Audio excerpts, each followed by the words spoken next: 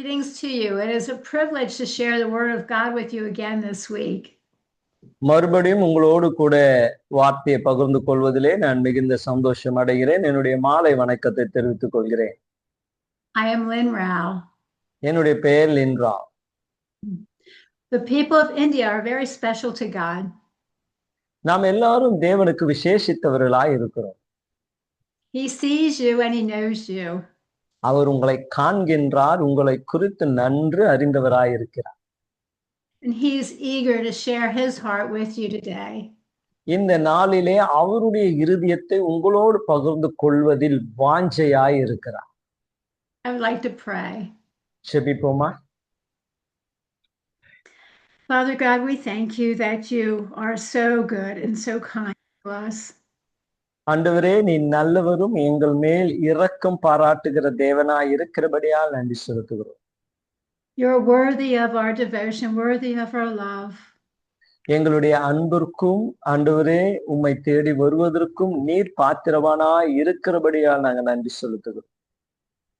Lord, help us to have our spiritual ears and eyes open to what you are saying to each of us today.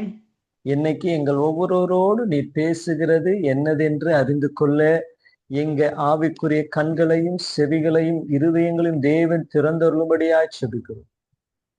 Let your kingdom come and your will be done here as it is in heaven. ஆண்டவரே, பரலோகத்தில் செய்யப்படுவது போலவே உம்முடைய சித்தம் இந்த பூமியிலும் செய்யப்படுவதாக என்று ஜெபிக்கிறோம். Thank you for touching people's hearts as they receive what you want them to receive today.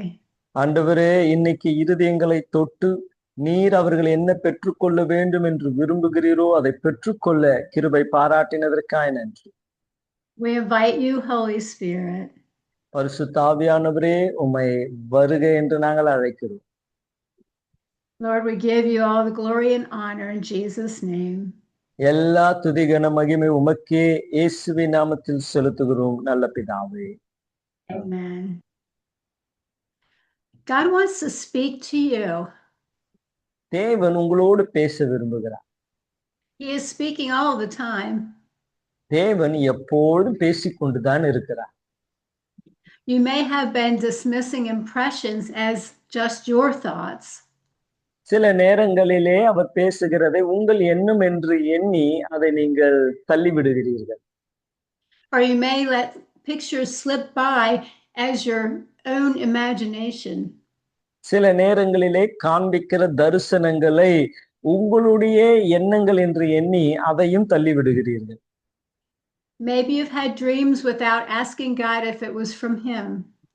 சில நேரங்களிலே உங்களுக்கு வந்த அந்த கனவுகளை இது தேவனிடத்தில் இருந்து வந்ததா என்று கேட்க மறந்து விடுகிறீர்கள். It is important to pay attention to what you are hearing and seeing and then talk to God about it. நீங்கள் கேட்கிறது பார்க்கிறது இவைகள் எல்லாம் தேவனிடத்திலே பேச அவைகளை குறித்து பேச கற்றுக்கொள்ளுங்கள். The greatest privilege we have is to hear and discern him speaking to us because this is what relationship is. அப்போ உறவு என்றால் இதுதான். அவர் என்ன பேசுகிறார், நாம் என்ன பார்க்கிறோம், இவைகளை எல்லாம் நாம் அறிந்து கொண்டால்தான் அந்த உறவு பலப்படும். But there are things that can hinder us from receiving what he is saying to us. ஆனால் தேவன் நம்மோடு கூட பேசுகிறதை கேட்கக்கூடாதபடி சில காரியங்கள் தடையாய் காணப்படலாம். Today I want to talk about two areas that can limit your discernment and relationship with the Lord. இந்த நாட்களிலே தேவனோடு கூட இருக்கிற அந்த உறவை குறுகினதாய் மாற்றக்கூடிய ஒரு 2 காரியங்களை குறித்து உங்களோடு நான் பேச போகிறேன். These two areas are religious spirits and an adulterous heart. இது ரெண்டும் என்னவென்றால், ஒன்று இந்த பாரம்பரியமான மத பழக்கங்களும், இன்னும் ஒன்று விபச்சார காரியமான இருதயமும் ஆன காரியங்கள். I want to first talk about adultery by turning to John chapter 8. யோவான் சுவிசேஷம் 8ஆம் அதிகாரத்திலே இருந்து முதலாவது இந்த அசுத்தமான இருதயம் காரியங்களை குறித்து நான் உங்களோடு கூட நான் பேச விரும்புகிறேன். I want to look at verses 1 through 12. அதிலே 1ல இருந்து 12ஆம் வசனம் வரைக்கும் நாம் வாசிப்போமே என்றால் ஜான் சாப்டர் 8. சுவிசேஷம் 8ஆம் அதிகாரம் 1-12 வசனம் வரைக்கும். இயேசு ஒலிவ மலைக்கு போனார். மறுநாள் காலையிலே அவர் திரும்பவும் தேவ ஆலயத்திற்கு வந்தபோது ஜனங்கள் எல்லாரும் அவரிடத்தில் வந்தார்கள். அவர் உட்கார்ந்து அவர்களுக்கு உபதேசம் பண்ணினார். அப்பொழுது விபச்சாரத்திலே கண்டுபிடிக்கப்பட்ட ஒரு ஸ்திரீ தேவ பாரர்களும் பரிசேயரும் அவரிடத்திலே கொண்டு வந்து அவளை நடுவில் நிறுத்தி, போதகரே, இந்த ஸ்திரீ விபச்சாரத்தில் கையும் மெய்யுமாய் பிடிபட்டால் இப்படிப்பட்டவர்களை கல் எறிந்து கொல்ல வேண்டும் என்று மோசே நியாய பிரமாணத்தில் நமக்கு கட்டளையிட்டு இருக்கிறாரே, நீர் என்ன சொல்கிறீர் என்றார்கள். அவர் மேல் குற்றம் சுமத்துவதற்கான காரணம் உண்டாக்கும் பொருட்டு அவரை சோதிக்கும்படி இப்படி சொன்னார்கள். இயேசு குனிந்து விரலால் தரையிலே எழுதி அவர்கள் ஓயாமல் அவரை கேட்டுக்கொண்டு இருக்கையில் அவர் நிமிர்ந்து பார்த்து, உங்களில் பாவம் இல்லாதவன் இவள் மேல் முதலாவது கல் எறிய கடவன் என்று சொல்லி அவர் மறுபடியும் குனிந்து தரையில் எழுதினார். அவர்கள் அதை கேட்டு தங்கள் மனசாட்சியிலே கடிந்து கொள்ளப்பட்டு பெரியோர் முதல் சிறியோர் வரைக்கும் ஒவ்வொருவராய் போய்விட்டார்கள். இயேசு தனித்து அந்த ஸ்திரீ நடுவே நின்றார். இயேசு நிமிர்ந்து அந்த ஸ்திரீயை தவிர வேறு ஒருவரையும் காணாமல், ஸ்திரீயே, உன்மேல் குற்றம் சாற்றினவர்கள் எங்கே? ஒருவனாகிலும் உன்னை ஆக்கினைக்குள்ளே தீர்க்கிறதில்லையா என்றார். அதற்கு அவள், இல்லை ஆண்டவரே என்றாள். இயேசு அவளை நோக்கி, நானும் உன்னை ஆக்கினைக்குள்ளே தீர்க்கிறதில்லை, நீ போ, இனி பாவம் செய்யாதே என்றால். மறுபடியும் இயேசு ஜனங்களை நோக்கி, நான் உலகத்திற்கு ஒளியாய் இருக்கிறேன், என்னை பின்பற்றுகிறவன் இருளில் நடவாமல் ஜீவ ஒளியை அடைந்திருப்பான் என்றார். ஆமென். Amen. The religious leaders brought the woman caught in adultery to Jesus to see what he would do. அப்போ விபச்சாரத்திலே பிடிக்கப்பட்டவளை இந்த மத குருக்கள் இயேசுவினிடத்திலே கொண்டு வந்து இயேசு என்ன செய்வார் என்று பார்த்தார். They thought she should be stoned to death because of the law that was given to Moses. மோசேவால் கொடுக்கப்பட்ட பிரமாணத்தினாலே கல்லெறிந்து அந்த ஸ்திரீயை கொலை செய்ய வேண்டும் என்று அவர்கள் எண்ணினார்கள். But they asked Jesus, what does he say? ஆனால் அங்கே வந்து அவர்கள் இயேசுவினிடத்துல கேட்கிறாங்க, இயேசுவே, நீர் என்ன சொல்கிறீர்? At that point, Jesus stooped down and wrote on the ground. அந்த வேளையிலே இயேசு குனிந்து தரையிலே எழுத ஆரம்பித்தார். What he wrote, we do not know, but possibly he wrote words such as punished, outcast, condemned. அவர் என்ன எழுதினார் என்று நமக்கு தெரியாது. ஒருவேளை இது ஆக்கினி தீர்க்கப்பட்டவள் அல்லது குற்றம் சாட்டப்பட்டவள் என்று ஒருவேளை அவர் எழுதியிருக்கலாம். The leaders kept asking him for an answer. ஆனால் அவர்களோ ஓயாமல் இயேசுவை தொந்தரவு செய்து கொண்டே இருந்தார்கள். Jesus stood up and said, any of you who is without sin, go ahead and throw a stone at her. அப்ப இயேசு அவர்களை பார்த்து சொன்னார், உங்களில் பாவம் இல்லாதவன் எவனோ அவன் முதல் கல்லை எறிய கடவன் என்று சொல்லி. Then he stooped down again and possibly drew a line through the words punished, outcast, and condemned. ஒருவேளை அவர் திருப்பியும் குனிந்து அவர் எழுதினது, ஒருவேளை அவர் ஏற்கனவே எழுதின ஆக்கினிக்குள் ஆக்கப்பட்டேன் என்று சொன்னதை அவர் அழித்திருக்கலாம். அதன் மேல ஒரு கோடு போட்டு அதை அழைத்திருக்கலாம். இல்லை, தண்டிக்கப்பட வேண்டியவள் என்று மேல கோடு போட்டு அதை அழைத்திருக்கலாம்.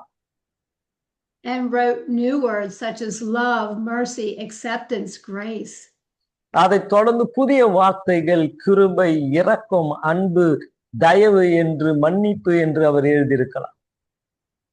All the leaders were convicted and left.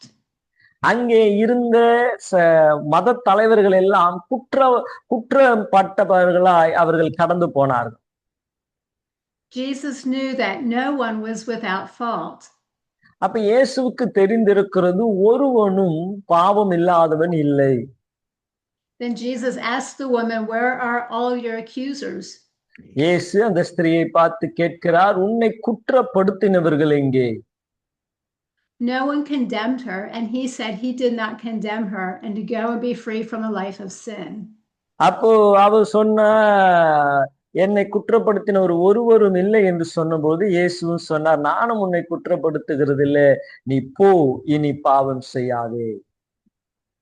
I think the woman thought to herself, God does not condemn me.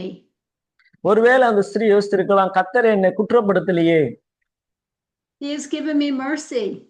அவர் எனக்கு இரக்கம் பாராட்டி இருக்கிறாரே, And that means he accepts me. அவர் என்னையும் ஏற்றுக்கொண்டாரே. But I certainly know he does not overlook sin.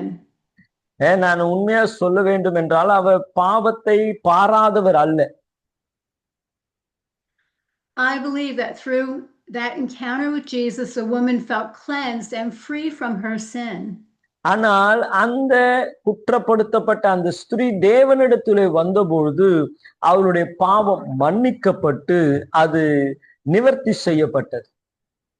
I believe she turned her life around because of Jesus. இயேசுவின் நிமித்தமாய் அந்த ஸ்திரீயினுடைய வாழ்க்கை முற்றிலுமாய் மாற்றப்பட்டது. I believe his love, mercy, and acceptance and grace touched her life immensely. தேவனுடைய அன்பு, இரக்கம், தயவு அந்த ஸ்திரீயினுடைய வாழ்க்கையை அது வித்தியாசமாய் தொட்டு அந்த ஸ்திரீயை மாற்றினது. I want to ask you a question. உங்களை பார்த்து நான் ஒரு கேள்வி கேட்கிறேன். Do you think God wants to punish or condemn you when you sin? நீங்க தப்பு செய்யும்போது தேவன் உங்களை குற்றப்படுத்தி உங்களை தண்டிக்கணும்னு நினைக்கிறாரா? What do you think about others you see with sin in their lives? ஒருவேளை நீங்க மற்றவங்க பாவம் செய்யறத பார்க்கும்போது தேவன் அவர்களை அதே போல தண்டிக்கணும், அவங்களை குற்றப்படுத்தணும்னு நினைப்பாரு என்று நினைக்கிறீங்களா? Have you told them, or do you want to tell them that God is angry at them and will punish or condemn them? அவங்கள பார்த்து தேவன் உங்க மேல கோபமா இருக்கிறாரு, உங்களை தண்டிப்பாரு, உங்களை குற்றப்படுத்துவார்னு சொல்வீங்களா? Or do you show love, mercy, acceptance, and grace for them like Jesus? இயேசுவை போல அவங்களுக்கும் தேவனுடைய அன்பு, இரக்கத்தை, மன்னிப்பை காண்பிக்க ஆயத்தமா இருக்கிறீங்க.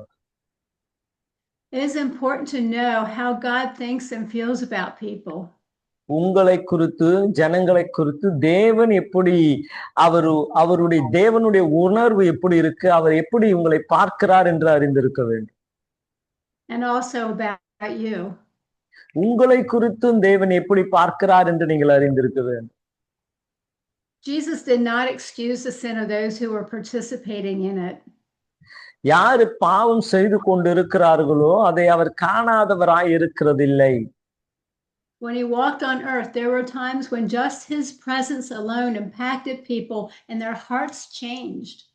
இயேசு பூமியில இருந்தபொழுது அவருடைய பிரசன்னமே போதுமானதா இருந்தது, ஜனங்களுடைய உள்ளங்களை அது மாற்ற ஆரம்பித்தது.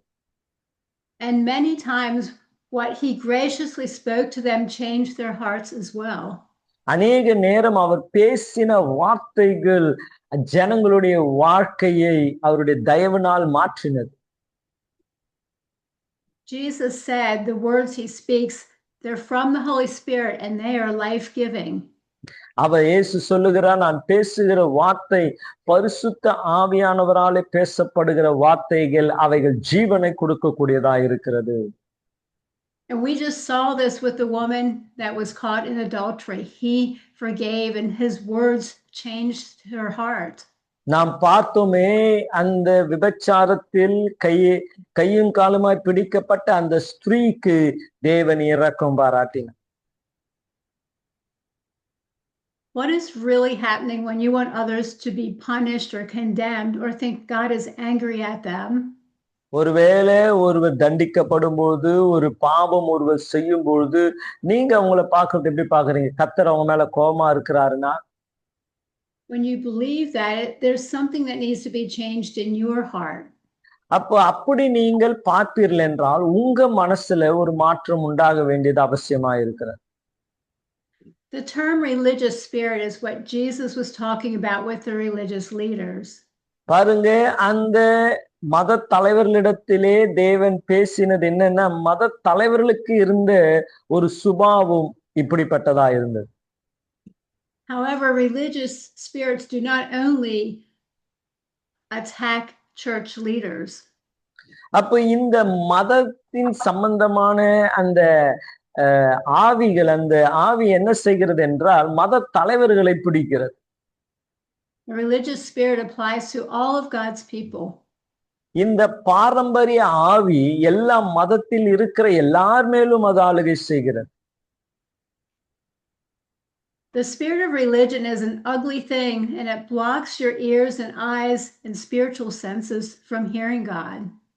இந்த பாரம்பரிய ஆவி என்ன செய்கிறது என்றால் தேவன் செய்கிற காரியங்களை பார்க்க கூடாதபடி உங்கள் கண்களை குருடாக்கி, செவிகளை செவிட்டாக்கி, இருதயங்களை கடினப்படுத்தக்கூடியதாய் இருக்கிறது. The spirit of religion is demonic in nature. நாம் பார்ப்போம் என்றால் இந்த பாரம்பரியமான ஆவி அது அசுத்தாவிகளோடு பிணைக்கப்பட்டதாய் இருக்கிறது. The religious spirit seeks to replace our passion for Jesus with passion for religious activity. இந்த பாரம்பரிய ஆவி என்ன செய்கிறது என்றால் இயேசுவின் மேலே பற்றுதலாய் வைராக்கியமாய் இருக்க வேண்டியவர்களை மத சம்பந்தமான காரியங்களிலே பற்றுதலாய் வைராக்கியம் உள்ளதாய் மாற்றி விடுகிறது. It also is evident through performance where you feel the need to be the important one, the one that is seen. அப்போ அடுத்தது இது என்ன செய்கிறது என்றால் இது எல்லாரும் காணத்தக்கதாய், தன்னை மேன்மைப்படுத்திக் கொள்ளத்தக்கதாய் அவர்கள் கிரியைகளிலே அவைகளை செய்து தேவனை பிரியப்படுத்த பார்க்கிறார். It is seen when there is pride in your heart. அப்போ உங்களுக்குள்ள இருக்கிற பெருமை அது வெளிப்பட ஆரம்பிக்கிறது. It shows up when there is constant need to be right and you enter into debates with other people. அப்போ அவங்க சரியா இருக்கணும், இவங்க சரியா இருக்கணும்னுட்டு இதனால வாக்குவாதங்கள் ஏற்படுகிறது. It takes the place of the Holy Spirit and limits our ability to experience God's heart. அப்ப பரிசுத்த ஆவியானவரை நம்ம விட்டு எடுத்து தேவனுடைய இருதயத்தில் என்ன இருக்கிறது என்று அறியாதபடி செய்து விடுகிறது. The religious spirit tries to keep you from spiritually hearing and seeing and perceiving what God wants to share with you. தேவன் நம்மை கொண்டு என்ன செய்ய விரும்புகிறாரோ அதை செய்யக்கூடாதபடி இந்த பாரம்பரிய ஆவிகள் தடை செய்கிறது. When you enter into this religious spirit, even when it is subtle, இந்த பாரம்பரிய ஆவி எல்லாம் சரியா இருந்தால் கூட you are allowing the devil to have a foothold. இந்த பாரம்பரிய ஆவி நிமித்தமாய் பிசாசு நம் வாழ்க்கையில நுழைய நாம் அனுமதிச்சு விடுகிறோம். And you are limiting your relationship with God and your joy is diminished. அப்போ தேவனோடு கூட இருக்கிற உறவு குறைக்கிறதுனாலே அந்த சந்தோஷம் நம்ம விட்டு போய் விடுகிறது. Do you want to know the key for not being in that place? நீங்கள் ஏன் அந்த இடத்துல இல்லை என்று அறிந்து கொள்ள விரும்புகிறீங்களா? The key to overcoming a religious spirit in your life is living in the security of God's grace at work in your life.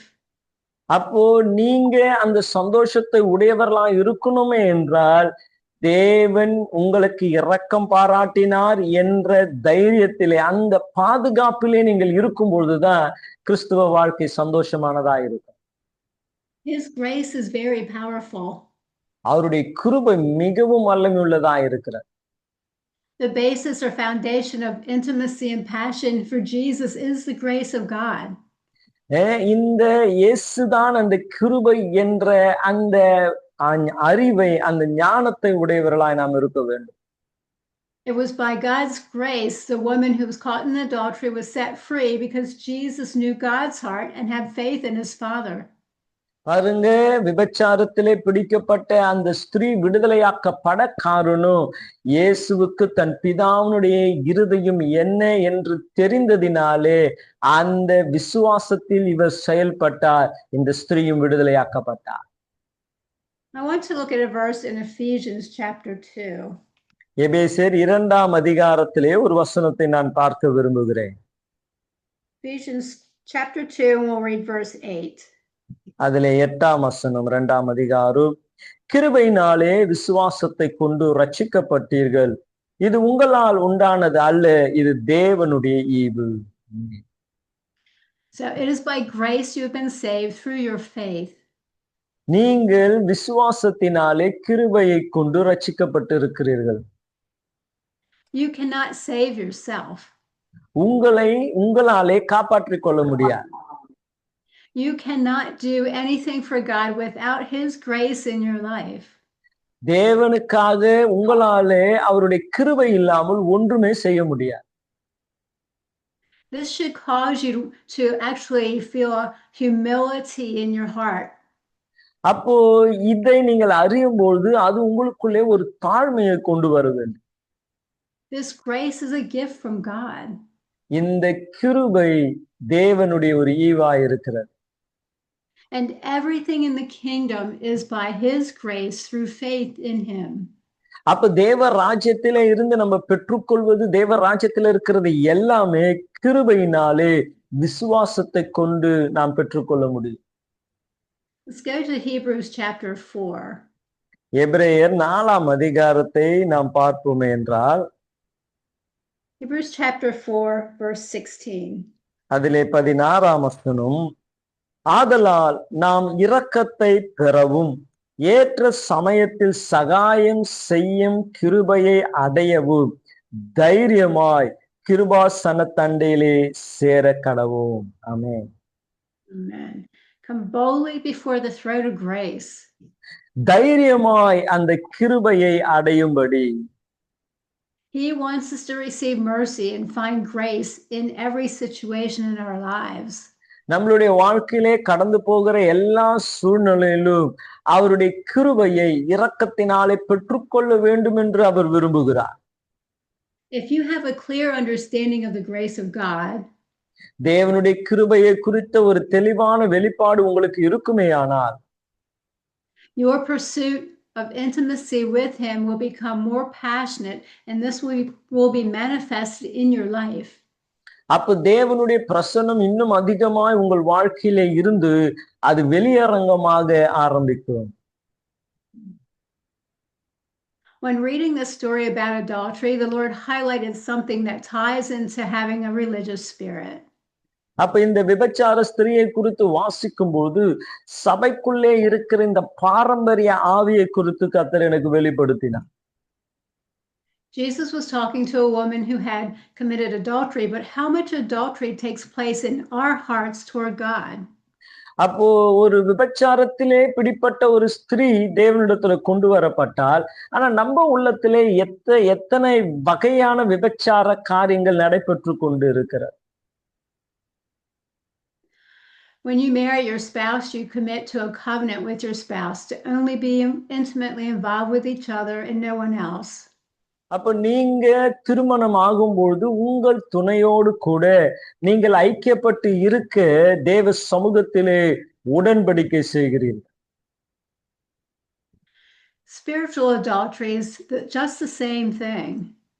ஆவிக்குரிய விபச்சாரமும் இப்படிப்பட்டதானதா இருக்கிறது. When you gave your heart and life to Jesus, you entered in a covenant with Jesus, your bridegroom king. நீங்கள் இயேசுவுக்கு உங்கள் வாழ்க்கையை ஒப்பு கொடுக்கும் பொழுது நீங்கள் அந்த மணவாளனுக்கு உங்களுடைய வாழ்க்கையிலே ஒரு ஒப்புதலை, ஒரு உடன்படிக்கையை நீங்கள் செய்து கொண்டீர்கள். You made a covenant to put Jesus first in your life, and he is the one you're intimate with and abide in. நீங்கள் இயேசுவுக்கு முதல் இடத்தை கொடுக்கவும் அவரிலே நிலைத்திருக்கவும் உடன்படிக்கை செய்திருக்கிறீர்கள். We must have a single-hearted devotion to Jesus. இயேசுவுக்கு மாத்திரமே உங்களுடைய இருதயத்தை நீங்கள் கொடுக்க வேண்டும். We are to let no one or nothing else take his place. இயேசுவினுடைய இடத்தை எந்த மனுஷனோ அல்லது எந்த காரியமோ எடுத்துவிடக்கூடாது. Many times Jesus addressed the religious leaders of not knowing the true meaning of the scriptures. அப்போ இயேசு அநேக முறை ஜனங்களை வேத பாரர்களை அவர் கடிந்து கொள்ளுகிறார். என்னன்னா சத்தியத்தை தெளிவாய் அறிந்து கொள்ளவில்லையே என்று சொல்லி. I want to read a couple verses in Matthew 16. மத்தேயு சுவிசேஷம் 16ஆம் அதிகாரத்திலிருந்து சில வசனங்களை நான் வாசிக்க விரும்புகிறேன். Matthew 16, we'll read verses 11 and 12. 11 12 வசனம். பரிசேயரும் சதுசேயர் என்பவர்களின் புளித்த மாவுக்கு எச்சரிக்கையாக வேண்டும் என்று நான் சொன்னது அப்பத்தை குறித்து சொல்லவில்லை என்று நீங்கள் உணராது இருக்கிறது எப்படி என்றார். அப்பொழுது அவர்கள் அப்பத்தின் புளித்த மாவை குறித்து எச்சரிக்கையா இருக்க வேண்டும் என்று சொல்லாமல் பரிசேயர் சதுசேயர் என்பவர்களின் உபதேசத்தை குறித்தே அப்படி சொன்னார் என்று அறிந்து கொண்டார்கள். Jesus was telling his disciples to avoid the least or the leaven or the yeast of the Pharisees and Sadducees. இயேசு அவர்களை பார்த்து பரிசேயர் சதுசேயர் என்பவர்களுடைய புளித்த மாவுக்கு எச்சரிக்கையாயிருங்கள் என்று சீஷர்களுக்கு சொல்லுகிறார். He mentioned their doctrine as incorrect. அவர்களுடைய உபதேசம் தவறானது என்பதை அவர்களுக்கு காண்பித்து கொடுக்கிறார். To those who insisted on only interpreting the scriptures literally, Jesus was providing there was a deeper spiritual interpretation. அவர்களுடைய சுயமான கருத்துக்களை சொல்லும்போது அந்த வசனத்தில் இருக்கிற உண்மை கருத்தை இயேசு வெளிப்படுத்துகிறார். In addition, they made up their own laws that the Jewish people had to obey, but the leaders did not do what they told others to do. பாருங்க, யூதர்கள் அவர்கள் தவறி போக காரணம் என்னவென்றால் அவர்களுக்கு போதிக்கிறவர்கள் மற்றவர்களுக்கு போதிக்கிறதை போல அவர்கள் வாழாமல் போனார். Jesus had no difficulty breaking the traditions, religious teachings, and political loyalties of both the Pharisees and the Sadducees. அங்கே பரிசேயர்கள் சதுசேயர்களுக்கு இடையிலே காணப்பட்ட அரசியல் காரியங்கள், இந்த பாரம்பரிய காரியங்கள், இவைகளை எல்லாம் உடைப்பது இயேசுவுக்கு ரொம்ப எளிதான காரியமாய் காணப்பட்டது. He was there to please his heavenly Father. காரணம் என்ன தெரியுங்களா? இயேசு தன் பிதாவை பிரியப்படுத்தும்படி அவர் செயல்பட்டார். In the entire chapter of Matthew 23, Jesus is scolding the scribes and the Pharisees. நீங்க மத்தேயு சுவிசேஷம் 23ஆம் அதிகாரம் முழுவதையும் வாசிப்பீர்கள் என்றால் இந்த பரிசேயர்களையும் சதுசேயர்களையும் தேவன் அவருடைய குற்றங்களை வெளிப்படுத்துகிற காரியங்களாய், கடிந்து கொள்ளுகிற போதனைகளாய் நம்மால் பார்க்க முடியும்.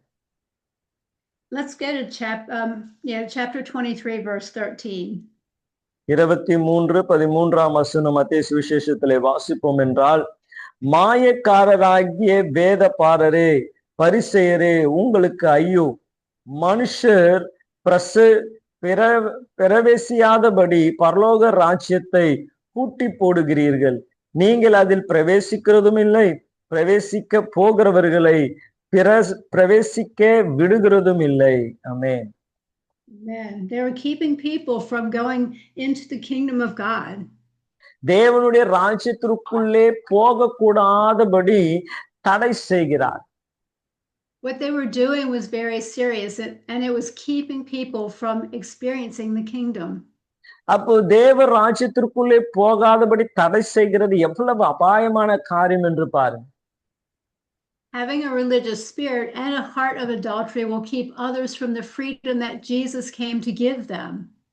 அந்த பாரம்பரிய ஆவியும் இந்த விபச்சார குணமும் உடையவர்கள் மற்றவர்கள் போகக்கூடாதபடி தடை செய்கிறவர்களாய் காணப்படுகிறார்கள். Let's read verses 27 and 28. 27 28 வசனத்தை வாசிப்போம் என்றால்,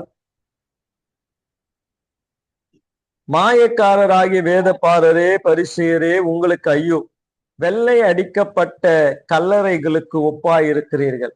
அவைகள் புறம்பே அலங்காரமாய் காணப்படும், உள்ளேயோ மரித்தவர்களின் எலும்புகளிலும் சகல அசுத்தத்தினாலும் நிறைந்திருக்கும்.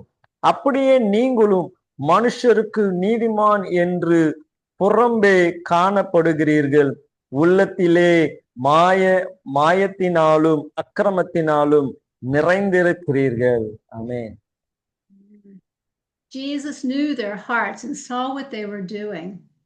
இயேசு அவருடைய இருதயத்தை பார்த்தார், அவர்கள் என்ன செய்கிறார் என்று அறிந்திருக்கிறார். He called them whitewashed tombs full of dead men's bones. நாம் பார்க்கிறோம் அவர்களை வெள்ளடிக்கப்பட்ட கல்லறைகளாக, ஆனால் உள்ளேயோ எலும்புகளும் அசுத்தங்களும் நிறைந்தவர்களாய் இருக்கிறார்கள் என்று கர்த்தர் சொன்னார். He said they were hypocrites and lawless. அவர்கள் மாயமற்றவர்களாய் இருக்கிறார்கள், பிரமாணம் அறியாதவர்களாய் இருக்கிறார்கள் என்று கர்த்தர் சொன்னார். You can see what having adultery in our hearts toward God will do. அப்போ விபச்சாரத்தின் ஆவி உங்களுக்குள்ளே இருக்கும் என்றால் அது என்ன செய்யக்கூடும் என்று உங்களுக்கு தெரியும். Where is your heart toward the Lord? அப்போ உங்க இருதயம் தேவனுக்கு நேரா இருக்கிறதா? எப்படி இருக்கிறது? The good news is that Jesus removed all our sin, past, present, and future. ஆண்டவராகிய இயேசு கிறிஸ்து கடந்த கால, நிகழ்காலம், எதிர்கால ஆகிய எல்லா காலங்களினுடைய பாவங்களை நமக்கு மன்னித்தவராய், மன்னிக்கிறவராய் அவர் இருக்கிறார். However, that does not give us permission to commit spiritual adultery by saying and doing things that God does not say or do. அப்போ அப்படி அவர் மன்னித்தார், மன்னிக்கிறார் என்று அறிந்திருக்கிறபடினாலே பாவம் செய்ய நமக்கு அனுமதி இல்லை. தேவனுக்கு எது பிரியமில்லையோ, தேவன் எதை செய்யாது இருந்தாரோ அதை நாமும் செய்யாதவர்களாய் இருக்க வேண்டும். We must be careful not to speak things that are not of God. தேவனுக்கு அடுக்காத காரியங்களை பேச கூடாதவர்களாய் நாம் இருக்கிறோம். The religious spirit and spiritual adultery seem to have similar traits. ஆனால் இந்த பாரம்பரிய ஆவிக்கும் விபச்சார ஆவிக்கும் இப்படிப்பட்ட குணங்கள் இல்லாதவர்களாய் காணப்படுகிறார். I want to mention some areas you may find yourself in. நீங்கள் ஒருவேளை இந்த வகையிலே நீங்கள் காணப்படக்கூடிய சில காரியங்களை உங்களுக்கு காண்பித்து கொடுக்க விரும்புகிறேன். And this is a time to reflect on yourself. இவைகளை பார்க்கும்போது நீங்கள் உங்களை நீங்கள் காண, உங்களை சரி செய்து கொள்ள ஏதுவாயிருக்கும். I just want you to recognize it. Don't beat yourself up over it. நீங்க எப்ப பார்த்தாலும் உங்களை குறை சொல்லிக் கொண்டு இருக்காது. So do you have any of these signs in yourself? நான் சொல்ல போகிற இந்த அடையாளங்கள் உங்க வாழ்க்கையில இருக்குமே என்றால், and if you do recognize yourself in any of these ways, surrender yourself to God. இப்படிப்பட்ட காரியங்கள் உங்கள் வாழ்க்கையில இருந்தால் உங்கள் வாழ்க்கையை இயேசுவுக்கு இன்று அர்ப்பணியுங்கள். If you have been focused on looking good on the outside instead of taking care of what is in your heart, turn your heart to him. ஒருவேளை வெளி தோற்றத்துல ஜனங்க நம்மளை பார்த்து என்ன சொல்லணும் என்பதிலேயே நீங்க கவனமாயிருந்து உள்ளான மனுஷனை நீங்கள் அழிவுக்கு நேராய் கொண்டு போகிறவர்களாய் இருப்பீர்கள் என்றால் இன்று மனம் திரும்புங்கள். If you have become prideful about knowing about what you know intellectually at the exclusion of spiritual understanding, turn your heart to the Lord. ஒருவேளை எல்லார காட்டிலும் எனக்கு நிறைய தெரியும் என்று சொல்லி பெருமை உள்ளவர்களாய் நீங்கள் இருப்பீர்கள் என்றால் நீங்கள் தேவன் பக்கமாய் உங்கள் இருதயத்தை திருப்புங்க. If you found yourself in a performance situation and playing the role of an actor with your spiritual life, surrender your heart to God. நீங்க வெறும் செயல்படுகிறவராய், இயேசுவோடு கூட ஐக்கியம் இல்லாம வெறும் செயல்படுகிறவராய், நடிக்கிறவர்களாய் இருப்பீர்கள் என்றால் தேவன் பக்கமாய் உங்கள் வாழ்க்கையை திருப்புங்க. If you find yourself striving, give those weights to the Lord. நீங்க ஒருவேளை பிரயாசப்பட்டு தேவனை பிரியப்படுத்துகிறவர்களாய் இருப்பீர்கள் என்றால் இன்னைக்கு உங்க வழிகளை எல்லாம் தேவனுக்கு ஒப்பு கொடுங்க. And rest in him and trust him to take care of your needs. நீங்க அவரிலே சார்ந்து உங்கள் தேவைகளை அவர் சந்திக்க உங்களுடைய வாழ்க்கையை அவருடைய கரத்திலே ஒப்பு கொடுங்க. Ask him to help you see why you have been prone to those areas. ஏன் இந்த இடங்களில் எல்லாம் நீங்கள் இப்படி இருக்கிறீர்கள் என்று தேவனிடத்துல கேட்டு அந்த காரியங்கள் மாற்ற அவரிடத்துல உதவி நாடுங்க. Where you do not want to be influenced by religious spirits or have an adulterous heart. நீங்க இந்த பாரம்பரிய ஆவியினாலே, விபச்சார ஆவியினாலே சீர்கெட்டு போகாதபடி எச்சரிக்கையாயிருங்க. His grace is sufficient for you. Allow him to do the work he wants to do in you. தேவனுடைய கிருபை உங்களுக்கு போதுமானதாய் இருக்கிறது. அவர் உங்கள் வாழ்க்கையிலே செய்ய நினைத்ததை அவர் செய்து முடிப்பார். You owe it to him to spend time with him, listening to him and learning his ways. நீங்க அவரோடு கூட நேரத்தை செலவிட்டு அவரிடத்துல இருந்து கற்றுக்கொள்ள நீங்கள் பிரயாசப்படுங்க.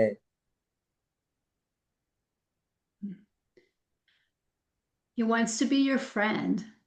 அவர் உங்களுடைய சிநேகிதராய் இருக்க விரும்புகிறார்.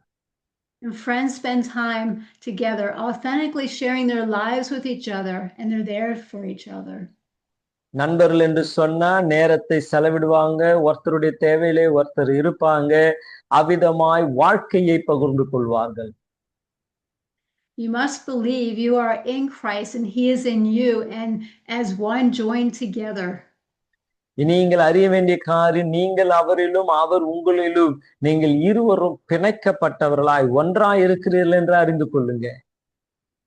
Give him all of you and trust him and let his grace take over. நீங்கள் உங்களை முற்றிலுமாய் ஒப்பு கொடுத்து அவருடைய கிருபை உங்களை ஆளுகை செய்ய உங்களை அனுமதியுங்க. So let me pray for you. உங்களுக்காக நான் ஜெபிக்கிறேன். Father God, we boldly come to the throne of grace to receive your mercy. ஆண்டவரே, தைரியமாய் உம்முடைய இரக்கத்தின் அண்டையிலே நாங்கள் கடந்து வந்து உம்முடைய கிருபையை நாங்கள் பெற்றுக்கொள்கிறோம். We confess the places where we have bowed to religious spirits rather than to you, Lord. ஆண்டவரே, நாங்கள் இந்த பாரம்பரிய ஆவிக்கு தலை வணங்குவதை காட்டிலும் உமக்கு முன்பதாய் தலை வணங்க எங்களுக்கு உதவி செய்யும். We confess the places where we have entertained spiritual adultery in our hearts instead of turning to you, God. ஆண்டவரே, உம் பக்கமாய் திரும்பாமல் இந்த விபச்சார ஆவிகளுக்கு எங்கள் நேரத்தை கொடுத்ததின் நிமித்தம் எங்களை மன்னிக்கும்படி நாங்கள் வேண்டுகிறோம். I confess the times I have closed my heart and turned away from you. ஆண்டவரே, உமக்கு என் இருதயத்தை நான் அடைத்தவனாய் காணப்பட்டேன் என்று அறிக்கை செய்து நான் ஒப்புக்கொள்ளுகிறேன். Wash away all hindrances that are keeping me close to you, that want to keep me close to you. ஆண்டவரே, உம்மோடு கூட நெருங்காதபடி தடை செய்கிற எல்லாவற்றையும் என்னை விட்டு அகற்றி போடும். I ask you to teach me to hear your voice and discern your presence. ஆண்டவரே, உம்முடைய சத்தத்தை கேட்கவும் உம்முடைய பிரசன்னத்தை உணரவும் எனக்கு உதவி செய்யும். I want to enjoy my relationship with you. உம்மோடு கூட இருக்கிற உணர்வை ஆண்டவரே நான் மகிழ்ச்சியோடு அனுபவிக்க எனக்கு உதவி செய்யும். Thank you, Jesus, for everything you've done. We give you all glory. நீர் எங்களுக்காய் செய்த எல்லாவற்றுக்காய் நாங்கள் நன்றி செலுத்துகிறோம். உமக்கே நாங்கள் மகிமை செலுத்துகிறோம் நல்ல பிதாவே. We thank you and we love you in Jesus' name. Amen. ஆண்டவரே, உமக்கே நன்றி செலுத்துகிறோம். உம்மை நாங்கள் நேசிக்கிறோம். இயேசுவின் நாமத்தில் ஜெபிக்கிறோம் நல்ல பிதாவே. ஆமென். Amen. So I encourage you to call the number on the screen if you need prayer for anything. உங்களுக்கு ஜெப உதவி தேவைப்பட்டால் காண்பிக்கிற இந்த தொலைபேசி எண்களுக்கு நீங்கள் தொடர்பு கொள்ள உங்களை உற்சாகப்படுத்துகிறேன். Our prayer team is waiting to talk with you and to pray with you. எங்க ஜெப குழுவானது உங்களோடு கூட பேசவும் உங்களுக்காய் ஜெபிக்கவும் அவர்கள் காத்திருக்கிறார்கள். God bless you. கர்த்தர் உங்களை ஆசீர்வதிப்பாராக.